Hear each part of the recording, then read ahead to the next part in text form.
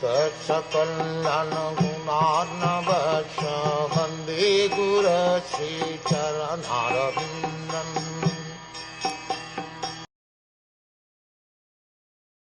Thus the king, Maharaj Parikshit, sat to fast until death.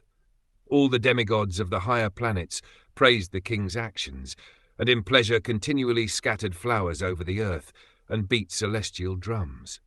Even up to the time of Maharaj Parikshit there were interplanetary communications, and the news of Maharaj Parikshit's fasting unto death to attain salvation reached the higher planets in the sky where the intelligent demigods live. The demigods are more luxurious than human beings, but all of them are obedient to the orders of the Supreme Lord. There is no one in the heavenly planets who is an atheist or non-believer. Thus any devotee of the Lord on the surface of the earth is always praised by them, and in the case of Maharaj Parikshit, they were greatly delighted, and thus gave tokens of honor by scattering flowers over the earth and by beating celestial drums. A demigod takes pleasure in seeing someone go back to Godhead.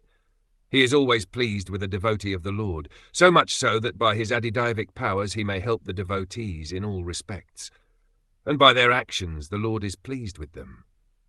There is an invisible chain of complete cooperation between the Lord, the demigods, and the devotee of the Lord on earth.